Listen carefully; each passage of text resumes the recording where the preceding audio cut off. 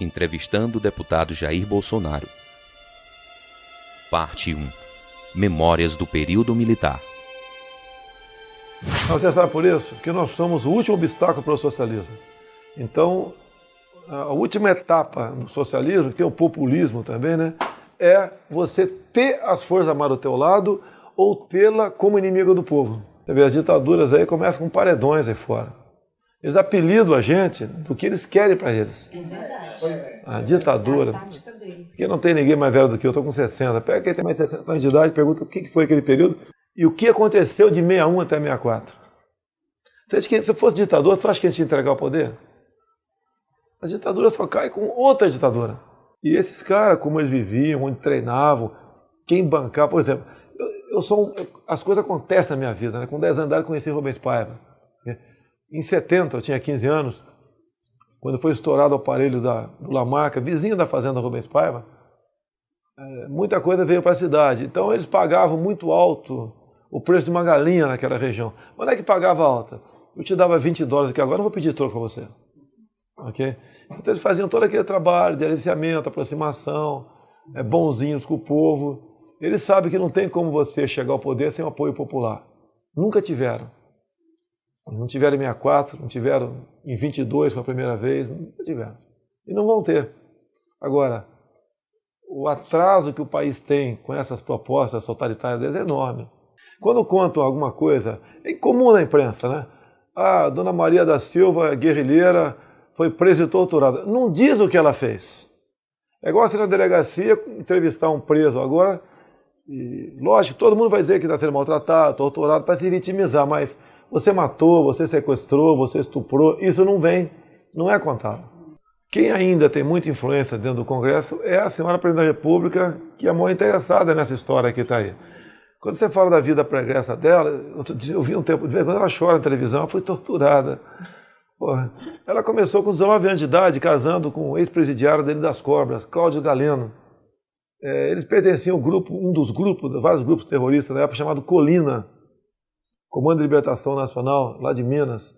E foi no apartamento do jovem casal que esse grupo tramou das ações, né, tramou executar um capitão boliviano que cursava a Escola de Comando do Estado-Maior do Exército no Rio, porque esse capitão havia participado da morte do Che Guevara.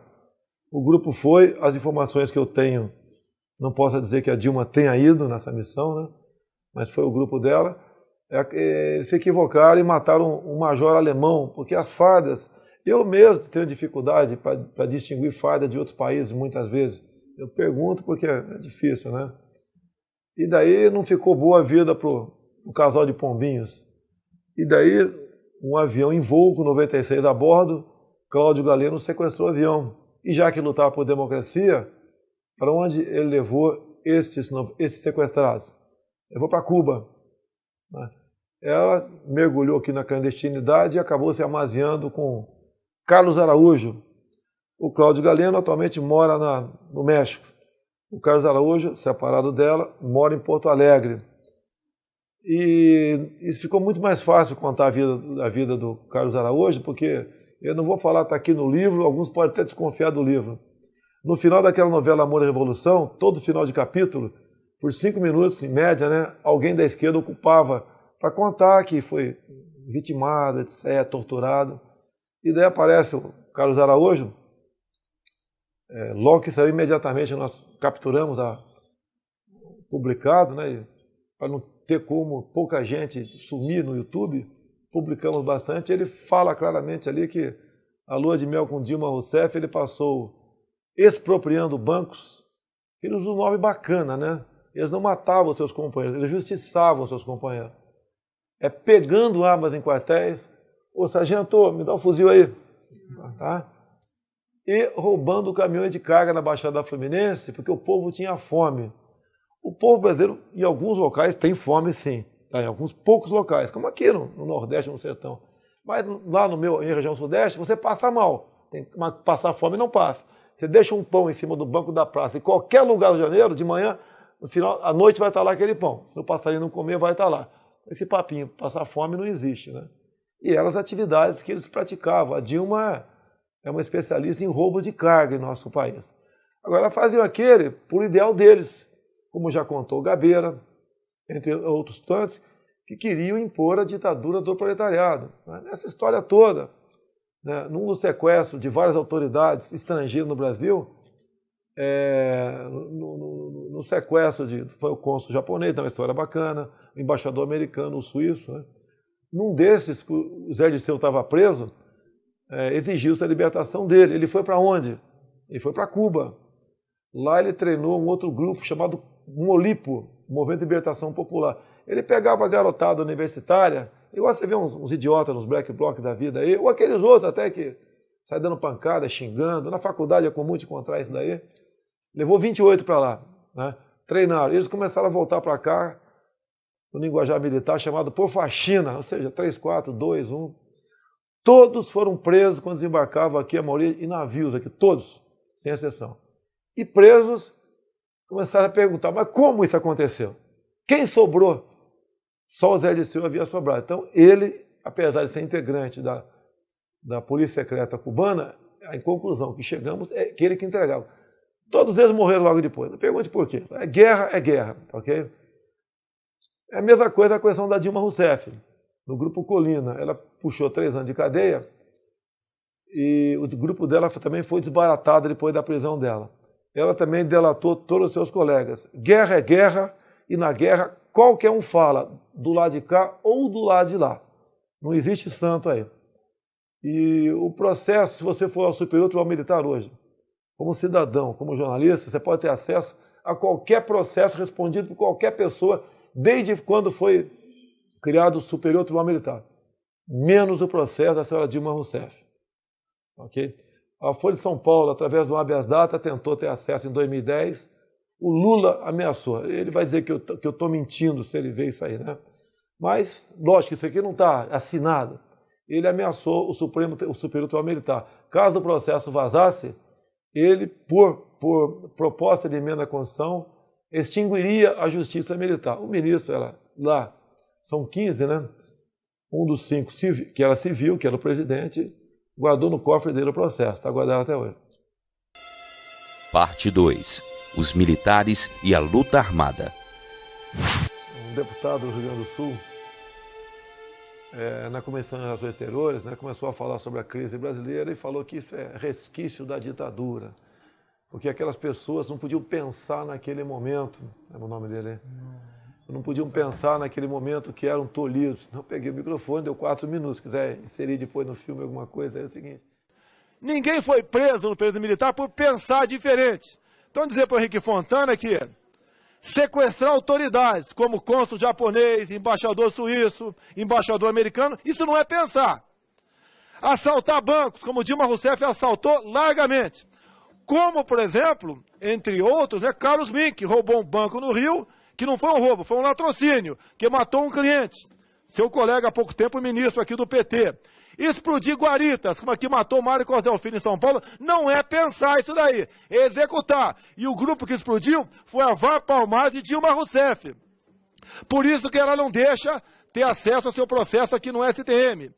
Executar cacetadas, o tenente Alberto Mendes Júnior, da então Força Pública de São Paulo, não é pensar diferente também. Eu contei atos praticados por eles, e cada um fala, isso não é pensar. Okay? Isso não é pensar. Matar, sequestrar. O grupo VAR Palmar da Dilma Rousseff participou da execução do tenente Alberto Mendes Júnior, a cacetada no Vado Ribeiro, em cárcere privado. O mesmo grupo dela do carro-bomba que matou o soldado Mário Cosel Filho em 68. Tá? Depois ela brigava com o Lamarca, quem seria o presidente. O Lamarca eu entendo até. Lógico que não deixa de ser um canalha, um traidor. Ok? Mas ele sofreu uma fraqueza. Primeiro, quando era cadete, estudante universitário, ele tinha uma irmã de criação.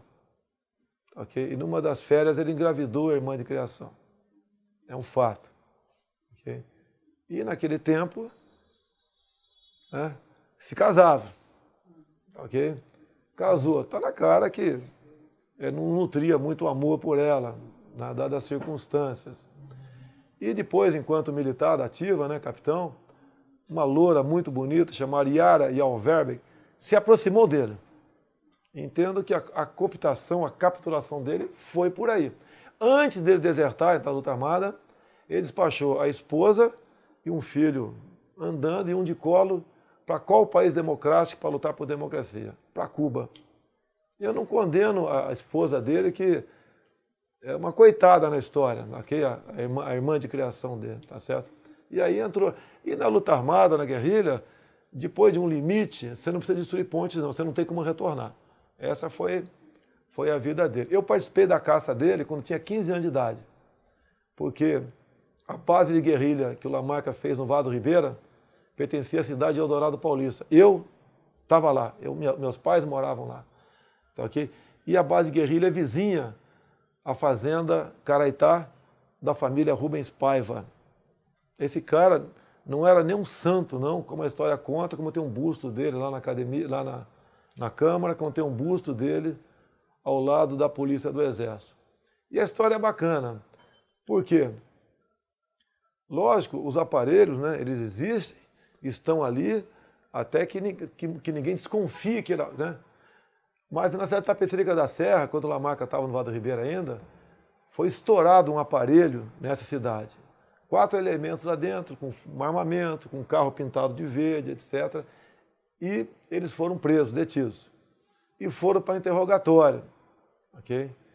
Eles sabiam, né, não tinha comunicação. Enquanto está preso, não tem como saber, não tinha...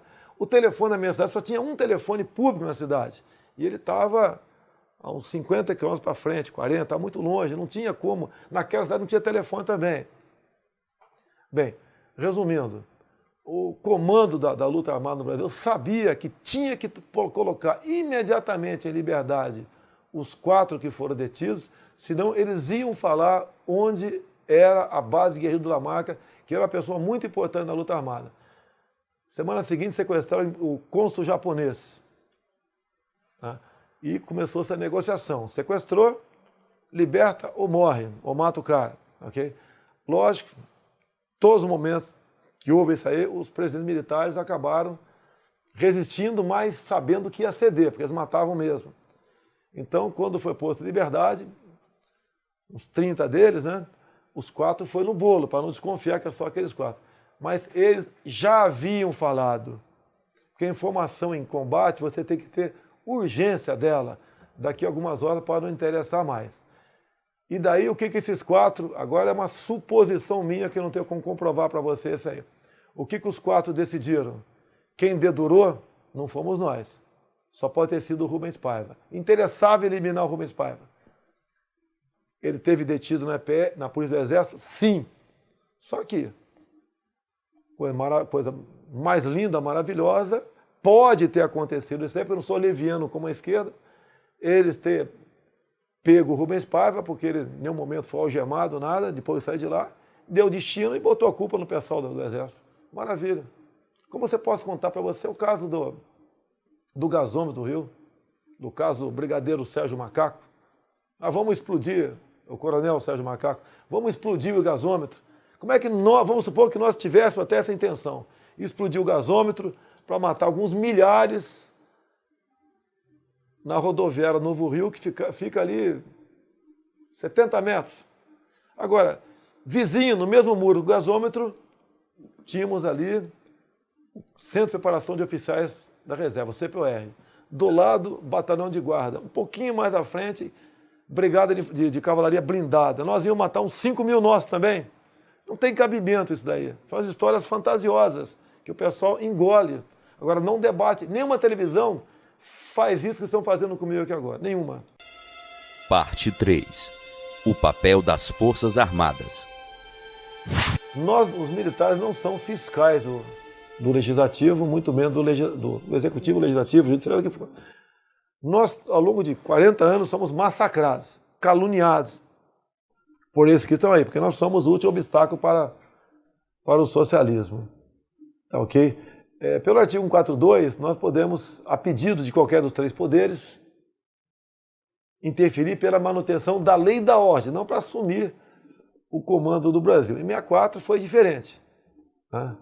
Basta ver o editorial do Roberto Marinho, de 7 de outubro de 84, onde ele começa, participamos da Revolução de 64, vem o Brasil aqui num caos, né, corrupção generalizada, desordem social, greve, etc.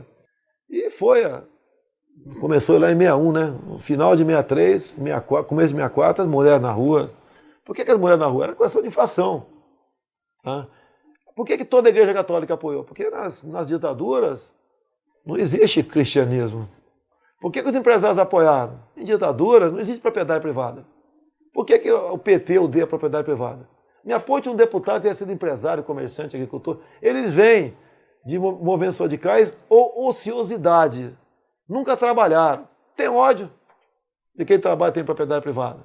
Tá? Os agricultores também, que não queriam a reforma agrária na lei e na marra, do Leonel Brizola, que pregava isso daquela maneira. Né? Fevereiro de 64, o Brizola estava a todo vapor. Queremos uma nova Assembleia Nacional Constituinte. Quem seriam os constituintes? Operários, sargentos e agricultores. Não tem cabimento, com todo o respeito que eu tenho aos sargentos, aos operários, né? E os camponeses, ok? Não dá para fazer aquilo. É a mesma coisa que nós aqui fazemos a revolução da medicina. Talvez tenha um médico aqui, mas não está errado. É sempre usar a massa do povo, né, para atingir o poder. Mas depois que atinge o poder, a primeira massa sacrificada é o povo. Que não tem filé mignon para todo mundo. Essa história de todos iguais só existe numa circunstância, na miséria. Parte 4. Política no Brasil. Olha, acontece quando eu faço um pronunciamento, né, às vezes dando canelada, dezenas de deputados me cumprimentam, mas não tenho a coragem de falar o que eu falei com palavras mais amenas. Deixam passar. O Congresso nosso vem de muito tempo sendo comprado. Né? Compra com cargos, ministérios, secretarias, diretoria, como meu partido. Mas não quero culpar o povo por ter botado gente esquisita lá dentro. O povo também vem sofrendo uma lavagem cerebral de décadas no tocante a isso daí. Você quer me deixar irritado? Me peça emprego. Não é trabalho meu. Okay? É comum para procurar deputado, o cara fez concurso público para dar um jeitinho, o que pode fazer? Nós não podemos nem tentar. Vamos ver se está tendo, mas não pode, você tem que dar um ponto final. Nós temos que dar exemplo, porque nós somos eleitos para fazer uma coisa e não o que eles querem. Ajudar o povo é no macro, é para todo mundo. Quais os reais objetivos das leis que a esquerda implantou em favor das minorias? Essa política de cotas é para nos dividir. A questão homossexual também para nos dividir, que tem, eu não sei quanto por cento, talvez tenha uns 5% de homossexuais no Brasil, não sei, mas é para dividir, jogar um contra o outro. Lei das palmadas, pai contra filho. Já não basta que tiraram a autoridade do professor na sala de aula. Estão tirando agora a autoridade dos pais dentro de casa também. É jogar o norte contra o sul. Discutido numa rodinha de deputado outro dia essa questão, né? Eu falei, olha, se eu sou nortista, não nordestino, nortista, aqui são 9, lá são 7 estados, se eu não me engano, né? É a região mais rica do mundo. Eu, na brincadeira, falei, eu topo, se eu for nortista. Tá ok? Agora, nós temos que manter a todo custo a unidade nacional. Como o país poderia melhorar o aproveitamento de seus recursos naturais e humanos? Nós temos como produzir riqueza aqui. Você quer ver, eu vou falar uma coisa de Baía de Angra, inacreditável. A Baía de Angra, de terra, de Angra dos Reis a Paraty, né? Bastante tortuosa, 90 quilômetros. Ilha Grande, uma centena de ilhas. Maravilhosa. Água, temperatura boa, não tem onda. Há pouco tempo foi demarcada como estação ecológica de Tamoios. Uns 15 mil que, na periferia aqui, pescavam de varinha, levava turista pobre da Baixada Fluminense de manhã numa ilha e voltava de tarde. Né? Você, vamos supor, com um iate, que para mim, eu quero quanto mais gente de iate, melhor. Jamais vou criticar quem tem iate. Parabéns, nos ajude a ser igual a você e não te demonizar perante quem não tem nada. Isso na mão de espanhóis estariam faturando bilhões de dólares por ano com turismo. E agora lá, o pessoal está todo mundo migrando para o Bolsa Família e vivendo, de certa forma, na clandestinidade.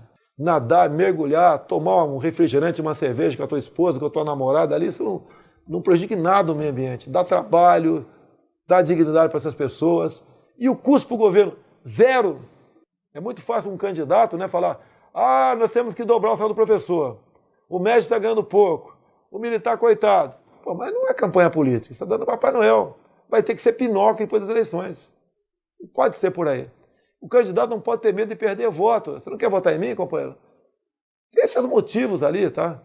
Mas me derrote nas ideias. Minério de ferro. Você não pode continuar exportando minério de ferro in natura. Você tem que ter uma siderúrgica, pelotizá-lo, agregar trabalho. Nós não podemos continuar exportando um navio de minério de ferro e recebendo uma canoa de aço ou uma jangada de laptop em troca disso. Nós não temos um Vale do Silício, não temos aqui como aproveitar essa massa humana maravilhosa que nós temos, que são pessoas que pesquisam, que buscam desenvolvimento. Tá? Essas pessoas, você não valoriza essas pessoas. O país que vive de tecnologia dos outros é um país fadado à escravidão, e nós somos escravos. Eu tenho um amigo do Rio de Janeiro, por coincidência, né? Tenho vários, né? Não é o ciclo de amizade, talvez como o de vocês, é muito maior, pelas minhas andanças, né? Ele está desenvolvendo um processo aqui de você pisar no freio do teu carro, um sistema lá, e recarrega uma bateria que você usa depois a energia elétrica lá na frente dessa bateria para impulsionar seu carro. Não teve como progredir aqui, não teve como ir para frente. Está onde? Está na França.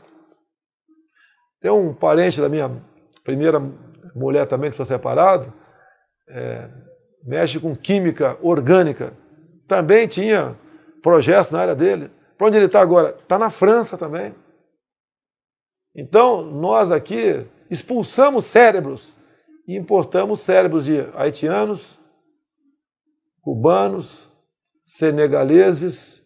Está aberto as portas para iranianos também agora. Ok? Cada um, a minha interpretação é que grande parte dessas pessoas estão engordando o exército do PT e o exército do MST e do MTST. Parte 5. Voto impresso. Pensando no futuro, eu apresentei uma emenda. A proposta de emenda à Constituição da reforma política. Foi uma dificuldade para aprovar na Câmara, porque o apoio era quase zero do meu lado. Qual foi o argumento que eu comecei a convencer pessoas, deputados do PMDB, PP, etc. Olha, por enquanto, todos nós desconfiamos do voto a presidente. Porque se eu estou lá, eu estou bem, eu não estou preocupado com fraude. Eu estou. Okay? Mas vamos pensar na presidência. O que pode acontecer em 2018 sem o voto impresso? Na maioria das sessões do Brasil, elas começaram com 10 votos de legenda para o PT. Eles começam com 40 deputados à nossa frente lá dentro. Elege mais uns 90, né? Vão ter praticamente um terço da Câmara. No mínimo, eles têm o poder de simplesmente aniquilar a Câmara, deixá-la fora de combate. E daí não tem como mudar mais nada. Eu sou autor disso, e o ministro Dias Toffoli, que está no TSE também agora, não tá feliz com isso daí. Já vi algumas matérias dele. Ele não cita meu nome, mas esculacha, né, o autor da ideia. E ele conversou para não ter dúvida, né, com o relator, o deputado Rodrigo Maia. Rodrigo Maia botou no relatório dele, nesse projeto de lei, que o voto impresso seria para 2022. Fiz contato com muita gente, ok? E conseguimos então chegar ao Eduardo Cunha, e ele determinou que 2018. Se bem que eu acho que tinha que ser 2016. Mas tudo bem, vamos ali entubar 2018. Se o Senado comprovar isso daí, ratificar, tudo bem. Caso contrário, o que pode acontecer? Muita gente esclarecida, talvez algum de vocês, não vai querer votar porque vai ter aquela vai estar consciente até, né, que eu não vou participar de uma fraude, eu vou lá para votar e meu voto não valer para nada. Agora, o pessoal que recebe Bolsa Família, comunidade quilombola, olha mais uma confusão para mim aqui, ó. Comunidade quilombola, comunidade carcerária que eles defendem, aqueles menores infratores, estupro, mata, estupro e degola, é menor infrator, coitado. Esse, que recebem bilhões, né? São tratados por ONGs que recebem bilhões para tratar desse pessoal. Aí tudo botaram 13 e vão fazer uma grande maioria lá. É o que aconteceu na Venezuela. A oposição resolveu boicotar. Se deu mal. Se deu mal. Parte 6. A armadilha da lei da escravidão. Faço uma matéria sobre a emenda constitucional 81, promulgada em meados do ano passado. Ela é bem clara, né? Todo aquele proprietário urbano ou rural que pratica o trabalho escravo, apenas será expropriação do imóvel, ou do campo para a reforma agrária, ou de vocês aqui para a reforma de casas, populares, ok? Agora, tem muito jurista que entende que o trabalho análogo à escravidão é a mesma coisa que escravidão. Então, vocês vão ali na OIT, são 152 itens que dizem, né, o que é análogo à escravidão. Por exemplo, aqui nesse imóvel onde eu estou aqui, não sei, não me interessa, não sei se é particular ou empresa, né, mas se é particular. Tem o quarto de uma empregada doméstica ali que tem uma ventilação inadequada. Isso é trabalho análogo à escravidão. O proprietário perde o imóvel. Vamos supor aqui que nada é feito por acaso. Quando querem ajudar muito a gente, você tem que ficar preocupado. Quando alguém está tratando muito bem, você bota um pé atrás que pode ser que não seja, né? Uma boa ação realmente. Aprovamos há pouco tempo lá a questão da lei dos caminhoneiros, né? Pois teve uma mudança. Cada 4h30, o cara do caminhão, o motorista, tem que parar para descansar. Imagine ele com a carga de computadores parando na Baixada Fluminense.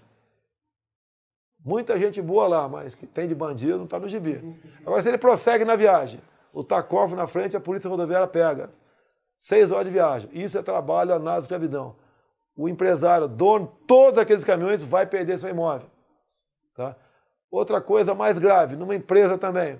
O elemento, ele mora longe, um funcionário, pede, por favor, dia sim, dia não, dormir num canto da empresa. E dorme num colchão no chão, pela OIT, e isso é análogo à escravidão. Então os caras vão se preparando de legislações que a partir do momento que eu quero pegar aquela pessoa, ele pega. Parte 7. Impeachment. O tal do impedimento, o impeachment, eu vejo que tem materialidade a cassação dela. Um dos pedidos é meu. O informe que eu tive é que a assessoria jurídica do presidente da Câmara deu parecer favorável em meia dúzia desses. A saudosa OAB, no caso do Collor de Mello, um dos parágrafos da fundamentação do pedido de impeachment foi mais ou menos o seguinte: a própria manifestação de rua, tá, a insatisfação popular, é mais do que suficiente para que a Câmara instaure o processo de impeachment do senhor Fernando Collor de Mello. Quando você volta para a minha área aqui, Ministério da Defesa, né, em 99, o governo Fernando Henrique Cardoso criou o Ministério da Defesa. Só teve 3 votos contrários. Eu fiz o que pude e acabei sendo um deles. O outro foi do Ibrahim Abiakel e o outro foi um deputado do Espírito Santo que era inimigo do Elcio Álvares, que iria assumir o Ministério da Defesa. Tá certo? E de lá para cá, a questão das Forças Armadas perdeu muita força, né? Não existe mais nas mesas políticas, né, de ministros a figura de um general ali, não existe mais. Fomos demonizados ao longo desse tempo todo.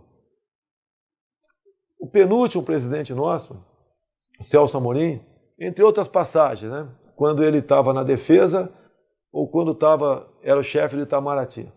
Quando Evo Morales tomou a refinaria da Petrobras, ele declarou, Celso Amorim, que o Brasil estava tendo um comportamento imperialista e estava certo aquilo que está sendo feito. Quando o Ahmadinejad, no governo Lula ainda, queria enriquecer urânio acima de 20%, é o que lhes dá capacidade para fazer a bomba atômica, ele teve lá com o Ahmadinejad tentando, junto à AIEA, okay, atender aquele pedido humanitário do Ahmadinejad, que era para fins pacíficos, aquela questão.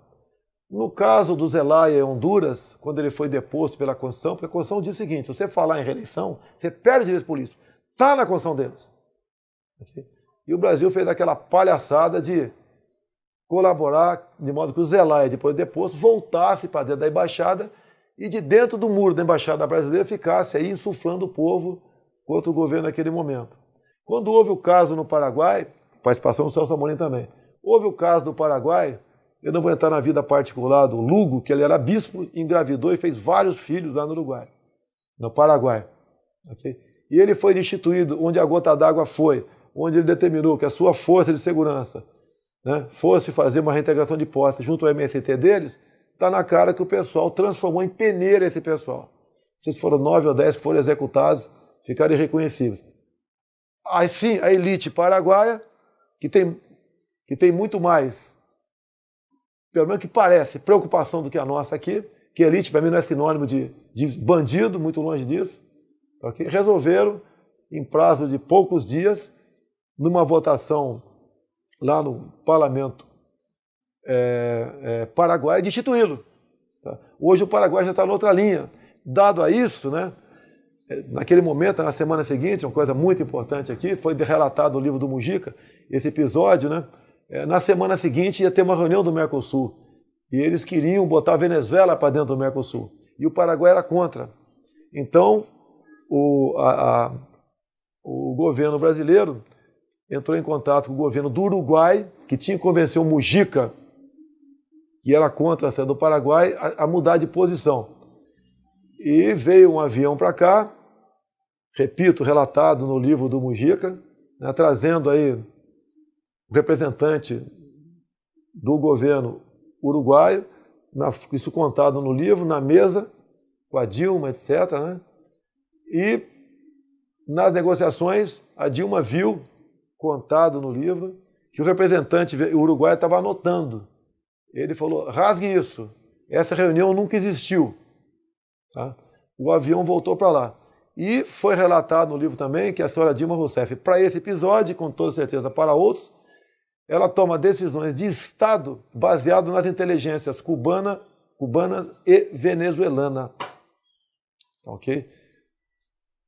Se você falar impeachment, isso aí, não precisa mais nada além disso.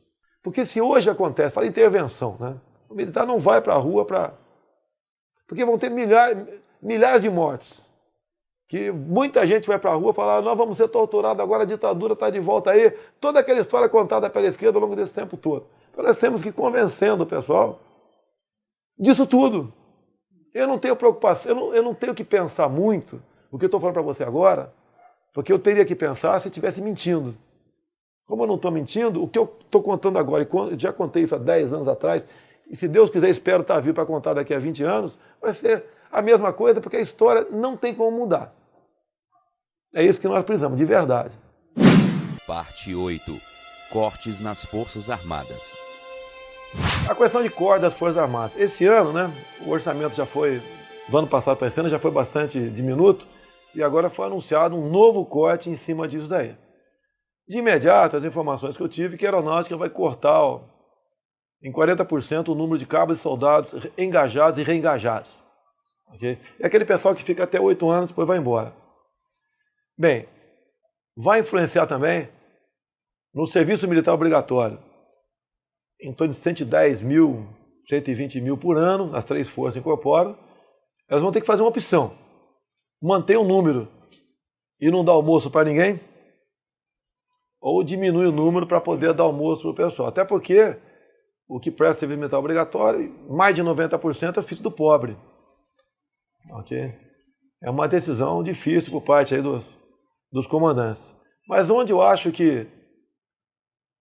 Qual foi a intenção maior? Podemos ter problemas de rua daqui para frente. Né? O exército do MST está aí, né?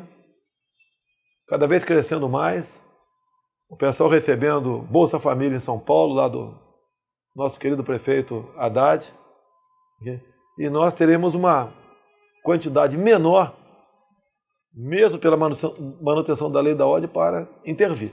Então eu tenho essa fotografia, talvez algum general da ativa tenha uma fotografia diferente, vou respeitar a ideia dele, mas é minha ideia. Entrevistando o deputado Jair Bolsonaro. Parte 9. Estado mínimo. Para mim tem que ser o estado necessário, né? É o mínimo necessário ali. Quanto mais estado na mão do chefe do executivo, mais refém ele passa a ser. Tá? Isso mais do que comprovado, né? Se for começar a ver Estados Unidos, Inglaterra, quantos estatais tem, não se compara conosco aqui. Se bem que aquele povo tem uma cultura, uma educação diferente da nossa. Né? Não dá para comparar. O americano não pode ter essa briga que nós temos aqui, porque senão aquele país vai ser destruído, para a nossa desgraça, inclusive. No meu entender, o dia que o americano sair do cenário político, vai entrar um vale-tudo em vários países do mundo, né? Você vê a questão da Petrobras. Há pouco tempo se discutia aí de privatiza ou não. Até, se não me engano, na reeleição do Lula, né? Ou na primeira eleição da Dilma, isso foi colocado em negociação e a esquerda defendendo ela manter-se como está, porque com o nome Petrobras, se não me engano, ela era a senha para ela ser privatizada. Você vê hoje em dia, o que interessa quase o pré-sal para a gente? Primeiro que a esquerda deve agradecer um tal de Emílio Garrastazu Médici, que até o governo dele, o nosso marco territorial, eram 12 milhas. Ele negociou porque tinha o Itamaraty, com patriotas, com gente decente, e passamos para 200 milhas. Agora, mesmo assim, como está aí, a Petrobras não tem como explorar, não tem recurso para tal. O americano passou aí a usar o gás do xisto, né? Menos dependência de petróleo. Fim do embargo, o Irã agora, mais 1 milhão de barris de petróleo, pelo menos por dia, no mercado. O preço do petróleo está lá embaixo, né? Chegou a bater $140, agora está na faixa de 45. Okay? Tem um lado bom, né? A Venezuela aí chega no fundo do poço mais rápido para ver se aquele povo sai daquela cadeia o mais rápido possível, né? E nós aqui estamos com problema. Okay? Nós aqui crescemos 2,5 milhões de habitantes por ano. De um dia para o outro são mais 8 mil, né? Tirando os mortos. E você precisa, por dia, mais ou menos, né? Mais 8 toneladas de comida na mesa por dia. Né? Por ano, mais 2.500 toneladas de comida, seja aterro sanitário, problema de poluição, transporte, água, saúde, violência explode. Okay? Então, voltando à questão do Estado, o Estado não tem que dar vazão a muitas dessas coisas aí. Okay? Então, você tem que partir, no meu entender, para privatizar o máximo que você puder. Logicamente, quando eu fui contra, antes que alguém fale aqui, não é a questão da Vale do Rio Doce, foi a forma como ela foi vendida. Okay? E eu acho que nós não podemos continuar exportando terras como você tira com a picareta, com a pau, com a máquina e manda embora. Não dá para continuar dessa maneira. Temos que ter siderúrgicas aqui para pelotizar o minério de ferro, né? Investir nessa área para agregar mais o que Deus nos deu. Entrar aqui na questão do agronegócio de cabeça. Não podemos tratar o produtor aí como bandido. Ok? Tem a questão do Nióbio também, que estou na iminência de receber algo oficial de como o nióbio sai daqui, se sai como nióbio ou se sai como minério de ferro.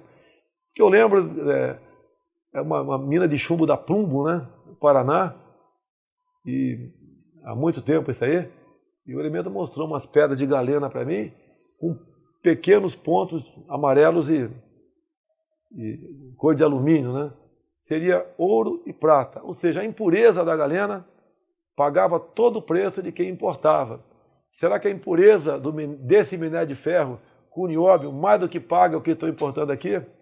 Você vê a questão aqui da China investindo inicialmente, parece que 7 bilhões ou 5, para uma ferrovia do Acre ao Peru, para escoar o que o agronegócio faz aqui, produz aqui no centro-oeste. Bacana, legal, mas quando você fala em empréstimo, por exemplo, eu fico preocupado. Será que vão pagar de juros, né? Isso vai ser coberto pelo que nós exportamos? Ou seja, nós não temos lucro nenhum quase em cima disso, fica para pagar juros apenas. Parece, se não me engano, o serviço da dívida nossa aqui, diário, está 1 bilhão e 300 milhões de reais. Tem que buscar uma saída para isso. Tá ok? A questão de reservas indígenas, área de proteção ambiental, parques nacionais, estação ecológica. Quem está de paletó e gravata vai me chamar de bandido, nunca mais volta nesse cara. Eu não posso, né, pensar e um dia decidir as questões do Brasil mentindo para você. Não posso fazer isso. Continuo escolhendo esses que estão aí. Tá ok? Mas isso daí tem sufocado o agronegócio. Você, não sei se porventura está assistindo esse vídeo agora aqui, né? Você vai jantar ou almoçar, isso aí você tem que ter no campo. Você não tem como desmatar. Não desmatar para você criar boi, para você plantar arroz, feijão, soja, etc. Não tem como plantar soja na cobertura do prédio e criar boi aqui no quintal. Essas questões têm que ser discutidas. Não dá para continuar nessa política ambientalista, nós estamos aí. Ela está completamente agregada a interesses internacionais. É até bom, quanto nós menos vier a produzir, ou com mais caro, mais fácil fica o que se produz na Austrália, por exemplo, que já abastece grande parte da Europa, China, etc. Então essas questões todas, eu estou muito rápido aqui, não sou especialista no assunto, okay? Mas são questões que eu gostaria de levar por ocasião no debate, numa candidatura presidencial no futuro, e não ficarmos atrelados em Bolsa Família e Pronatec. Isso é para campanha, desculpa aqui o prefeito lá do fim do mundo aqui, eu não sei de onde. É lá para o prefeito discutir isso aqui, não é para nós aqui. Parte 10. Programas sociais. O Brasil, olha só, para perder voto agora, ok? O Brasil, nós gastamos por ano no orçamento 120 bilhões de reais com projetos sociais.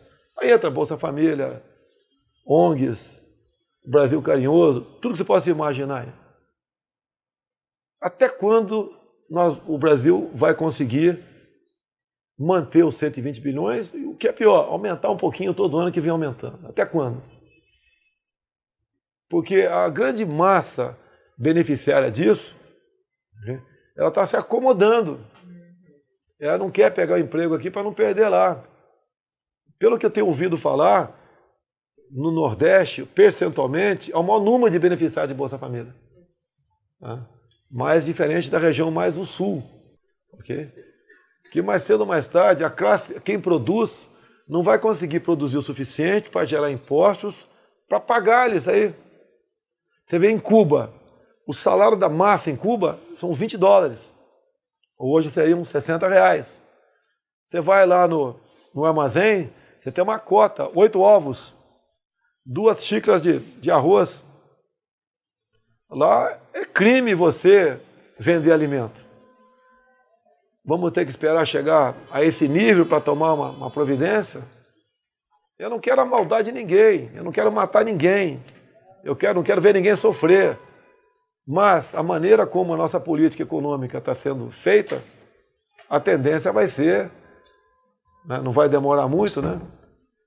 Todos nós estamos numa situação de igualdade, que a esquerda sempre fala, igualdade, mas por baixo, na miséria. Parte 11. Direito de resposta. O pessoal que quer ter uma posse de arma em casa, se não mudar esse governo, não vai ter. Se botar o PSDB lá, também não vai ter. Porque eles apoiam isso aí. Ou eles tiram algumas exceções de alguns deputados. Se botar aquela menina do partido Rede, é a mesma coisa. De esquerda, veio de lá. Aí quantas pessoas são? Hoje em dia, 110 mil querem o CAC, que é o pessoal colecionador, atirador e caçador. Que muitos descobriram que a maneira de ter uma arma dentro de casa é essa. Isso não tinha essa corrida até antes do Estatuto de Desarmamento. Agora, quantos não entram, não pedem para se associar aí, né, para ser CAC? Porque é uma quantidade enorme de documentos, não tem paciência para isso. Então, eu não quero armar o povo, eu quero dar o direito ao cidadão, caso queira ter uma arma, a posse, tenha dentro de casa. Quantos milhões estão aí? E do outro lado não vai ter. Eu vou acabar com a luta de classe. Depender de mim, Secretaria de Direitos Humanos, eu vou implodir isso daí. Para defender bandido, como eles defendem. Eu quero a redução da moralidade penal. Okay? Eu quero fazer negócio com o mundo todo. Não apenas aqui com o Mercosul, aqui na América do Sul.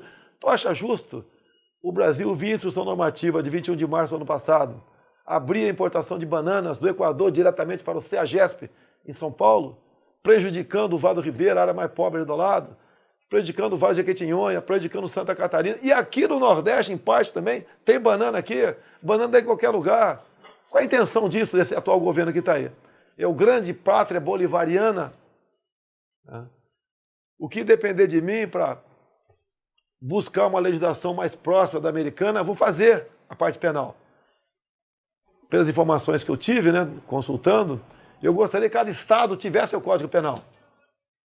Se assaltar banco na Bahia dá 10 anos de cadeia, e aqui dá 1 ano, vocês vão ver a quantidade de gente que vai vir assaltar banco aqui não na Bahia. Você vai ter que pressionar a sua Assembleia Legislativa nesse sentido. A questão de progressão de pena, lê Tio Patinhas, Zé Dirceu lê Tio Patinhas na papuda e ganha bônus. Quem viu e lê aquilo? Ele esteve dormindo na biblioteca, fazendo o quê? Se nós, nessa parte penal, realmente não intimidarmos o criminoso, eu não estou falando ladrão de galinha, mas ele tem que ser punido também. Okay? Cada vez mais a violência vai crescer no nosso país, ainda mais, né? Nós temos um país onde a taxa de desemprego está mais de 40%. Estou mentindo? O IBGE fala 7, 8, né?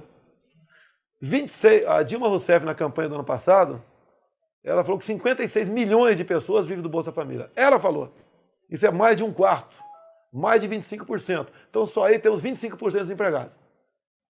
Quem recebe seguro-desemprego está empregado. Quem não quer trabalhar também é tido como empregado. Né? Quem recebe seguro-desemprego... Então você pode ver, aí dá 40%. Agora, qual é a prova maior que te dou que eu estou falando a verdade? Quando a taxa de desemprego é pequena, o número de mortes por 100 mil habitantes também é pequena. O cara chega, sai cedo de casa, né? Geralmente o homem, né? Os maiores criminosos são os homens, na mais de 90% dos crimes são cometidos pelos homens, e chega cansado e vai dormir, cuidar da família, tal.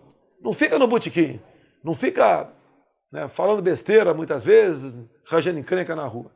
E a nossa taxa de mortes por 100 mil habitantes está na ordem de 27, enorme, uma das maiores do mundo. Prova que o desemprego é alto em nosso país, não podemos escamotear números. Você pega um decreto da senhora Dilma Rousseff, eu não sei, 2 anos, eu acho. Quem ganha mais de R$70 por mês está a classe média. Decreto presidencial.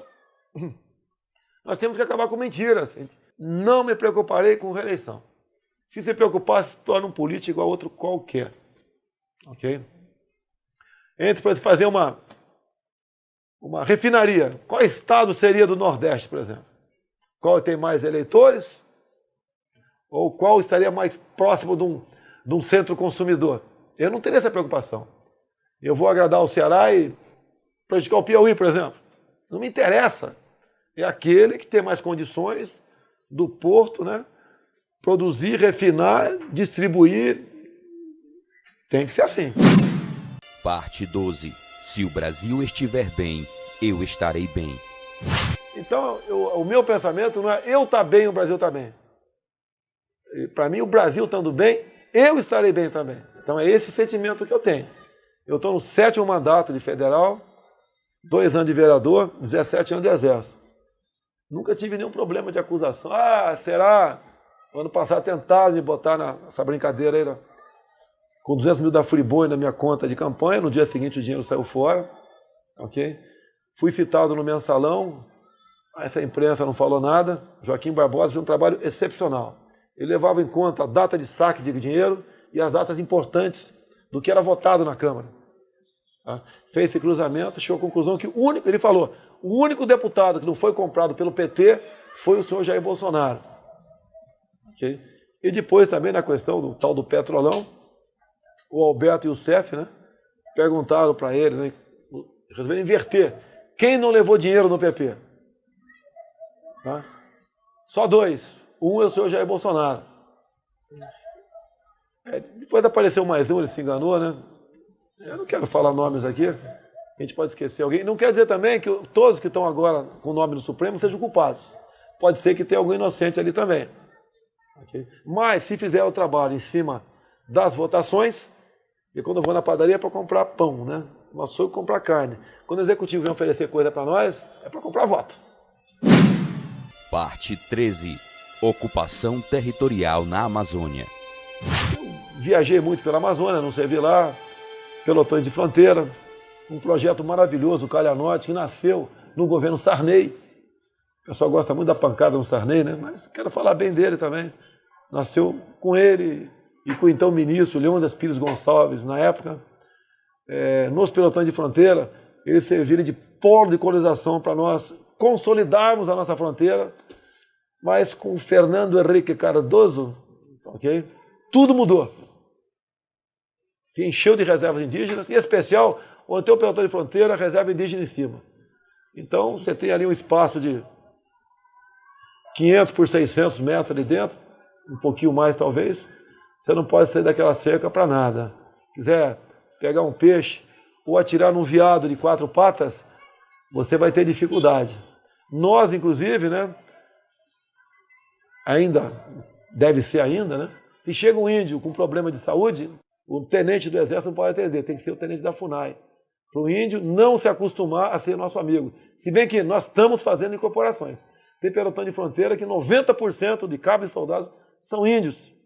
E eu estou tentando há algum tempo buscar uma maneira que eu não posso fazer sem conversar com comandantes. Todos favoráveis a discutir a ideia.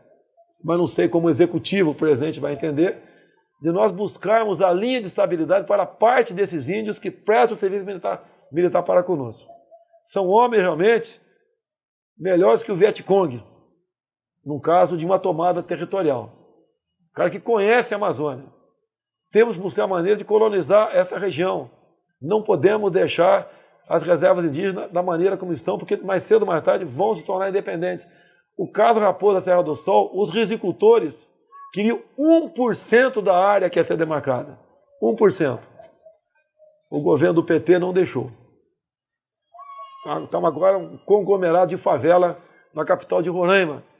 Tinha gente que explorava ali o turismo, certas lagoas, etc., né, lagos. Foram todos ser favelados ali em Boa Vista. Parte 14. Redução da maioridade penal. Só uma questão pesa na redução da maioridade penal.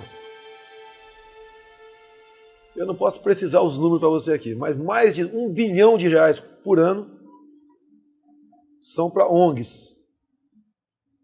Grande parte dela para defender menores. Se tu botar na cadeia esses menores, que lá é o local deles, este pessoal que tem ONG vai deixar de ter, não vai ter recurso. Só que essas ONGs, grande parte delas, são indicações de deputados do PT e PCdoB. Por isso essa onda toda, não a redução. O resto é firula. O moleque sabe o que faz com 16, 17 anos. Pega um garoto de 12 anos agora aqui e fala, fura aquele cara. Ele não fura, você manda, fura, ele não fura. Ele até chora. Por que um 16 vai fazer isso? O dia que eu ver essa molecada aí assaltando aí livraria, né? Daí a gente vai acreditar que realmente eles estão atrás do saber. Por enquanto, não. Chega no moleque de uma favela aí, olha, miserável vagabundo, tem na favela e tem aqui no asfalto também, tá? Para não chamar, achar que eu estou contra a pobre aí. Me policiando agora aí. Dá um livro para ele. Fala que ele está errado. Vê o que vai acontecer contigo. Tá? Aí não sabia o que estava fazendo. Está matando porque está com fome. Peraí, mas um cordão de ouro, um tênis. O que se vem fazendo no Brasil nos últimos anos, uma lavagem cerebral. É igual num sinal. Passou a ser direito do cara te pedir alguma coisa e dever você dar. Eu não dou. Uma vez com o filho do meu menor, perguntei, né? Vai pedir, olha, eu vou fazer uma pergunta para o moleque, devia ter uns 15 anos de idade. 7 vezes 8. Se fosse petista, ele tinha uma cãibra mental e desmaiava na hora no chão ali, né? Não respondeu e não responde. Se tu responder, te dou R$10. Não responde. Agora, o PT está 13 anos no governo, por que não educou essa molecada ainda?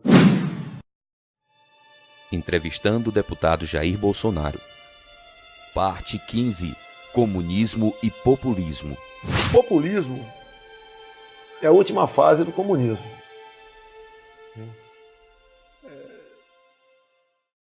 O pessoal tem que entender, né?